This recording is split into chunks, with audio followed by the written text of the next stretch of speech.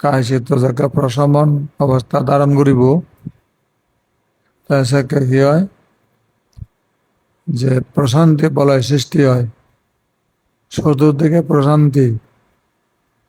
বেদনার সঙ্গে সংস্কার অর্থাৎ নানা কায় বাক মনো কর্ম চিন্তা চেতনা যার শান্ত ভাব ধারণ করিব বলয় সৃষ্টি হয়।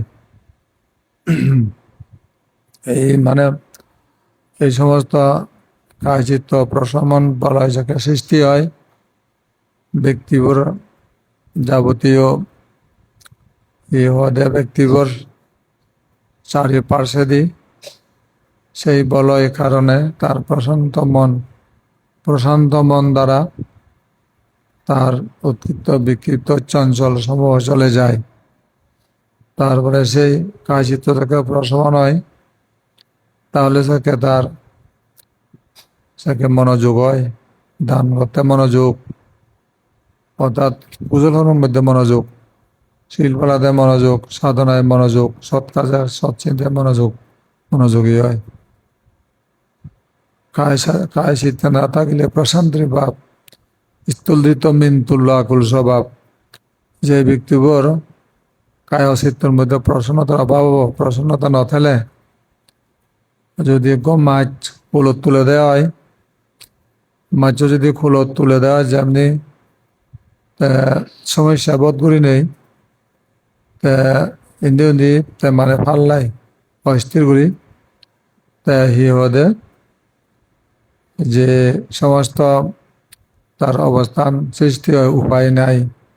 অশান্তি বোধ হয়, সমস্যার ঘেরাত পরে, তাই চিত্তমুক্ত বলে যেমন উৎকৃষ্ট বিক্ষিপ্ত করি অবস্থান ধরে সেই মুচ্চ স্থূলৃত এই সমস্ত দাঙ্গাত যদি মাছ পানির নদীনে ভরে দেওয়া হয়, তার যে অবস্থা, কায় চিত্ত যদি প্রশমন ন হলেও মানুষের কুশল কাজে মন চিত্ত নিবিষ্ট নয়, কুশল কাজে দানে শিলে ভাবনায় সৎ কাজে সৎ চিন্তায় সৎকর্মে নিবিষ্ট হই নবারে যজ্ঞে দেখা যাবে দেন কায় চিত্ত প্রশমন প্রশান্ত হইয়ে তার কায় এবং মন প্রশান্ত জন হয়, তাহলে সে কি হব? কায় চিত্ত হয় যদি সর্বদা প্রশান্ত, শীতল শরীরে ক্ষিপ্ত হয় মিন মতো। তো মাছ যেমনি ঠান্ডা পানি যদি পরে দেওয়া হয়, ঠান্ডা পানি যদি তার বিচরণ দেওয়া হয়, সে মাছ যেমন আরাম বোধ করে,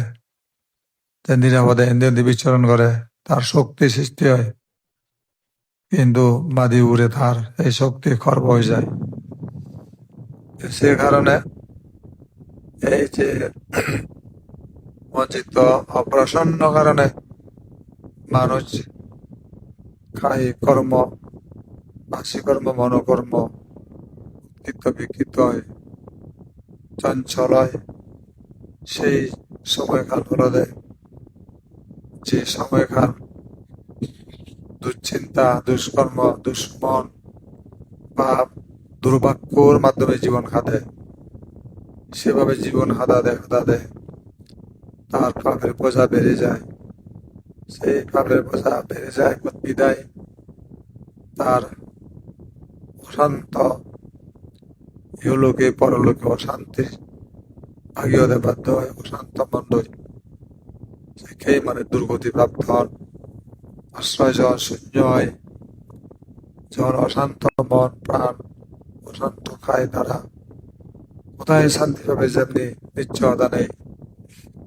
এক অশান্ত মন্দ দুর্গতি দেখতে বন্ধ হয়ে দেয়। এ হতে পাদুক দিয়ে না বাসা দিব খারা দিব, সেটা প্রদুষ্ট হয়, কলচিত হয়, দুর্যুক্ত হয়, প্রধান দুর্যুক্ত হব, তারপরে মানে দুর্যুক্ত হব, চিন্তাধারা দুর্যুক্ত হয় বিদায় দুঃখ তাদু অবিচ্ছিন্ন ধারায় পুরো ঘুরিব, তার সাথে সাথে যাব হেতুগুলো। তাই সেকে তার সুবুদ্ধি আশা করা যায় না। যজ্ঞা দেখা যাব দে পাষাণ্যে না পাশাতিব কারতিব প্রসন্ন চিত্ত খায় চিত্ত দেখা প্রশমনব তথনং সুখে মান্যেতি সুখ মান্যেতি দেখা যাবে প্রসন্ন চিত্তর মধ্যে সুখ তার নিত্য সঙ্গী হয় তাই সদা সদে আরাম চিন্তা হতে আরাম কুশল চিন্তায় নিমগ্ন তারপরে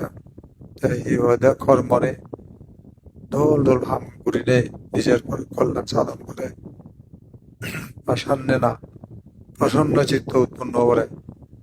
ভাসুতিব কারতিব বা সদা হয় বা হাম করে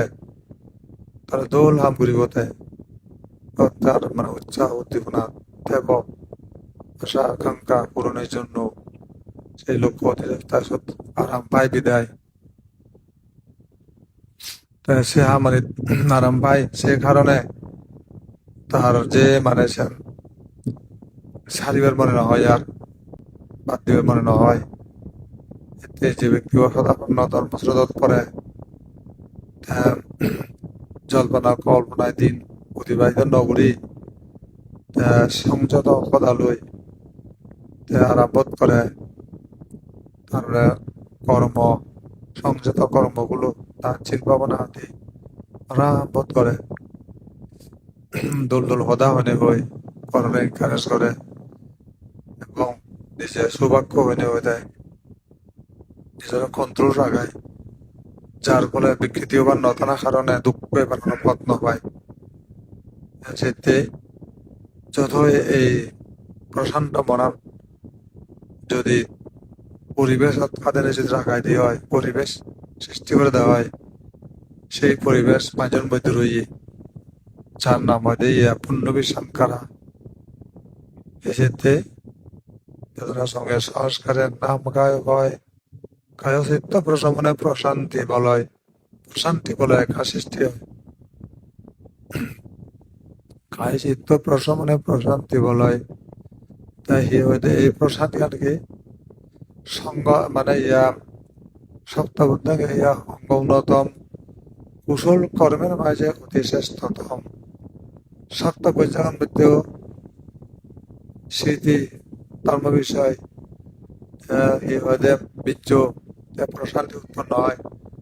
সপ্তবুদ্ধের মধ্যে একটা অঙ্গ মানে সপ্তবুদ্ধের মধ্যে প্রশান্তি অন্যতম একটা অঙ্গ এতে আকাশ শীতে না থাকলে প্রশান্তির ভাব স্থূল দ্রুত মিন তুল্য আকুল স্বভাব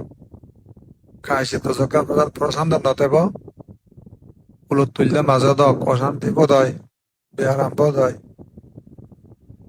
কায় শীত হয় যদি সর্বদা প্রশান্ত শীতল শরীরে ক্ষিপ্ত হয় মিন মত ঠান্ডা পানি জন মানে মাছ ছাড়ি দিব আরামে অবস্থান করে সেই ব্যক্তিগুলো যারা প্রশান্তি বঞ্চিতের অধিকারী মানুষ তারা শান্তিতে বিচরণ করেন শান্তি হৃদা হন তারপরে তার চিন্তা করেন প্রশান্ত মন্ডল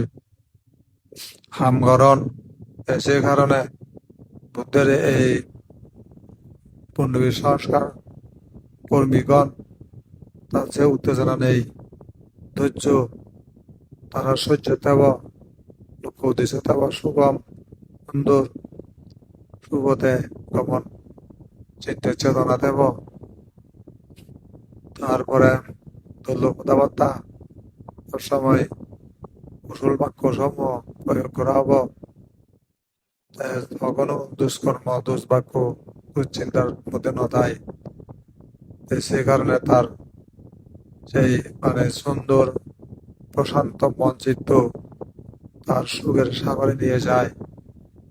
অপরন্ত ইহতে দুর্দান্ত সুখে প্রমিত হয়ে পারে অবাধে যাব এই মানে যারা জানন বুঝুন সেতে আনন্দ বোধ হয় মতখোর মিথ্যাবাদী লোভী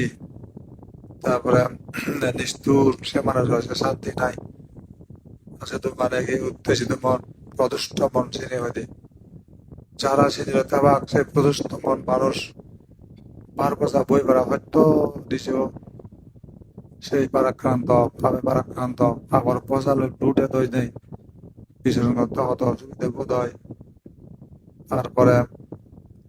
চোখে সেইভাবে যখন কারা যাব নিরইদের থেকে ডুবি যাব বই নিরই মুক্তি কারা যায় যেতে এই পাদুতে না সাকে হদা উদা উগতা কর্ম ও দুশ্চিন্তা দুৰ্যুক্ত মন ধুই থাক মানুহৰ সমালোচনা কৰিব নিজে কম হলেব জীবনে সমালোচনা করে সিদ্ধান্ত থাকার যায় সে নদাকে মানে মাঝে দৈত্য হয়ে যায় সে কারণে কয়েকটা অঙ্গ পায়ের বোঝা বাড়ে যে ব্যক্তি পঞ্চ অষ্টশীল পালন করে না পাপের বোঝা বাড়িব তার। যে ব্যক্তি সদ্গুরু অন্বেষণ করে না সদ্গুরু দর্শন করে না পাপের বোঝা বাড়তেই থাকব। যে ব্যক্তি ধর্ম শ্রবণে প্রসন্নতা চিত্ত উৎপন্ন করি নরে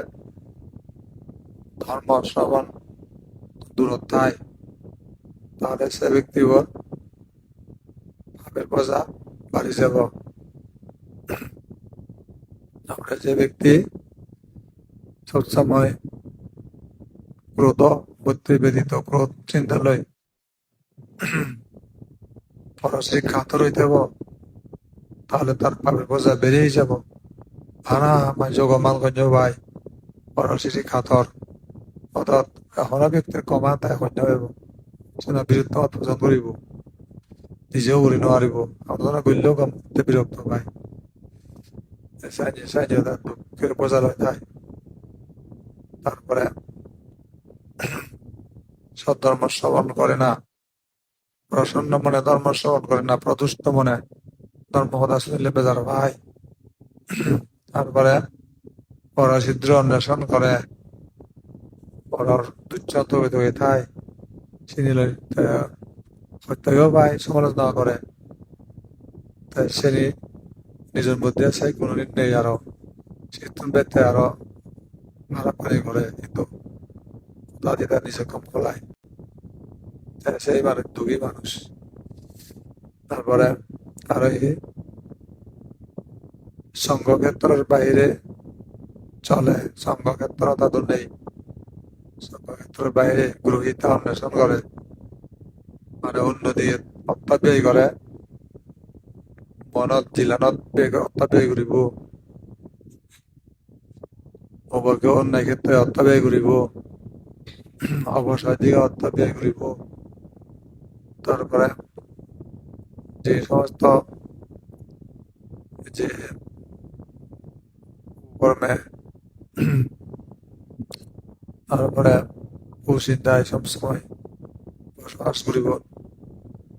এবং সেভাবে অবস্থান করিব তাহলে সে ব্যক্তি তার পাপের বোঝা বাড়ি যাব তার সময় বড় তার জায়গা এতে দুঃখী সেই রূপ ব্যক্তি দুঃখী কেটে পড়ে যায়। যে ব্যক্তি পঞ্চশীল পালন করে সদ্গুরু দর্শন করে বুদ্ধের ধর্মের সঙ্গে কাছে দেব ধর্ম শ্রবণ করার আগ্রহ দেব মনোযোগ ধর্ম শ্রবণ করে তারপরে পরচিত্র ন থকিনি বড় দৈন্য থকিনি নিজের তার সময় শুরু কমপ্লিট চাই মন অপবিত্র মনে করে কারোর দোষ না তারপরে বাড়াবাহ্য কথা নহয় তারপরে সময় সদ্গুরু দর্শন করিব সময় তাই সিহঁতে সংঘক্ষেত্রে বিচ্ছেদী হব শ্রবণ করিব বা সঙ্গে তার দানাবি শ্রবণ করিব সময় যেহেতু সে ক্ষেত্র তার কোনো ক্ষেত্র নেই ইচ্ছা আগে মুরু পাপ পর্বত তারপরে থলি জাগা মানে কিছু ইয়ে ললেন তারপরে যে আপলেন যে সমস্ত ক্ষেতগুলির মাঝে